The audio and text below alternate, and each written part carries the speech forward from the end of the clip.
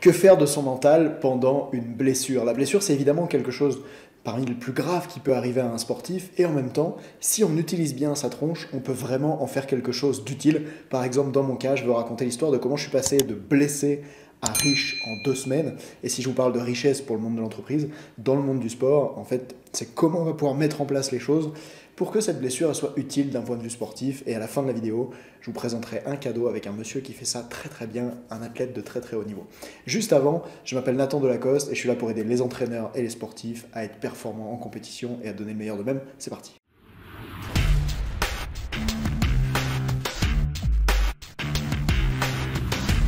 Dans cette vidéo, on va voir comment là où vous mettez votre attention, ça détermine les résultats que vous allez obtenir. Avec cette histoire de blessure, là, en fait, j'étais parti réaliser mon rêve à Lacs en Suisse. Je faisais du snowboard et je voulais rider le plus grand snowpark d'Europe. Le deuxième jour là-bas de mes vacances, deuxième semaine de vacances en 3 ans, je me blesse.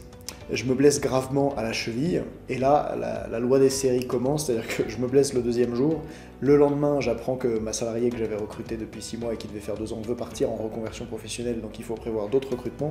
Ensuite, le décès de ma grand-mère, après ça, la voiture qui tombe en panne, et après ça, la même semaine, en tout cas dans les jours qui suivent, la canalisation de mon appartement explose, et tout est inondé. Super.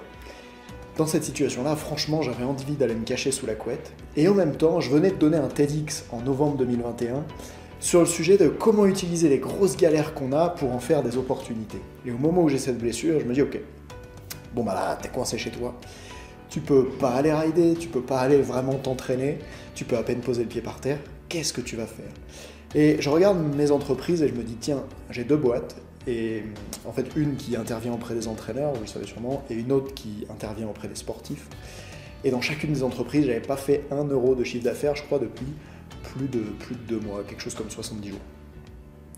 Alors j'ai décidé de mettre mon focus là-dessus, de me dire, tiens, mais comment est-ce que je peux générer plus de chiffre d'affaires dans les semaines qui viennent, et aussi, surtout, trouver plus d'entraîneurs cool avec qui bosser, d'athlètes cool avec qui bosser. Puisque au final, si tu fais pas de chiffre d'affaires, ça veut dire que tu rencontres pas de nouvelles personnes avec qui travailler, et moi j'adore accompagner des entraîneurs et des sportifs passionnants. Ce qui s'est passé, c'est qu'au final, en 2 semaines, j'ai eu une vingtaine de rendez-vous avec des personnes qui voulaient bosser avec moi, et en 2 semaines, sur ma première entreprise, j'ai généré 35% du chiffre d'affaires 2021 en 2 semaines, et sur la deuxième entreprise, j'ai généré 50% du chiffre d'affaires 2021 en 2 semaines. Et si je vous raconte ça, c'est pour vous montrer que là où on met son attention, les résultats arrivent. Pourquoi j'avais pas fait de chiffre d'affaires du tout pendant plus de 2 mois, et ensuite j'ai des résultats comme ça? Parce que pendant plus de 2 mois, je pensais qu'à une chose, c'était faire du snowboard toute la journée. Je rentrais le soir, j'avais des coachings, bref, j'avais pas du tout le temps de faire avancer l'entreprise, il fallait juste accompagner les sportifs et les entraîneurs que j'accompagne. Et la journée, c'était dédié à faire du snowboard, faire du snowboard, faire du snowboard. Parce que cette passion, elle m'a trop manqué avec, vous savez, la fermeture des stations avec la crise sanitaire. Et c'est étonnant pour moi et à la fois rassurant de voir que quand tu mets pas du tout d'énergie quelque part, il n'y a pas de résultat. D'ailleurs, pendant cette période-là, décembre, janvier, mon focus c'était ok, comment faire autant de vidéos que possible sur YouTube, et on a réussi à en faire 1 à 2 par semaine. Et puis après, le focus a changé et c'était comment trouver plus de clients. Et quand tu mets de l'énergie là-dessus, sur une chose, pas sur 100 choses, quand tu mets de l'énergie sur une chose, et ben ça bouge.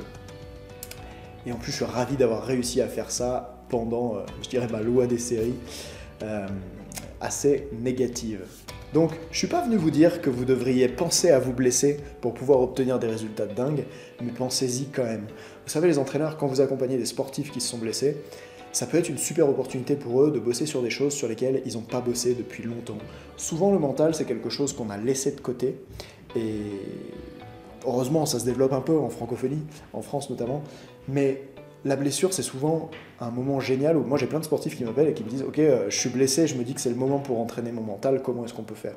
Il y a plein de gens comme ça qui commencent à prendre conscience que ces moments de galère, en fait, libèrent du temps et peuvent être une opportunité pour faire autre chose. Comme dans mon cas où finalement, au lieu de faire 8 heures de snowboard par jour, eh bien j'avais 8 heures pour faire autre chose. Alors, mettez-moi en commentaire comment est-ce que vous avez utilisé une de vos plus grosses galères pour obtenir quelque chose d'extraordinaire. Et puis je vous invite à regarder la vidéo de Pierre Voltier. Pierre Voltier, c'est le Français en snowboard cross qui s'est blessé au ligament croisé antérieur 2 mois seulement avant les Jeux Olympiques.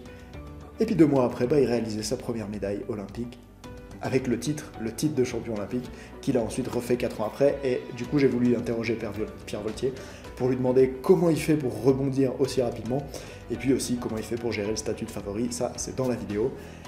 entraînez l'humain derrière la machine, même dans les moments les plus difficiles, et je vous dis à bientôt. Ciao.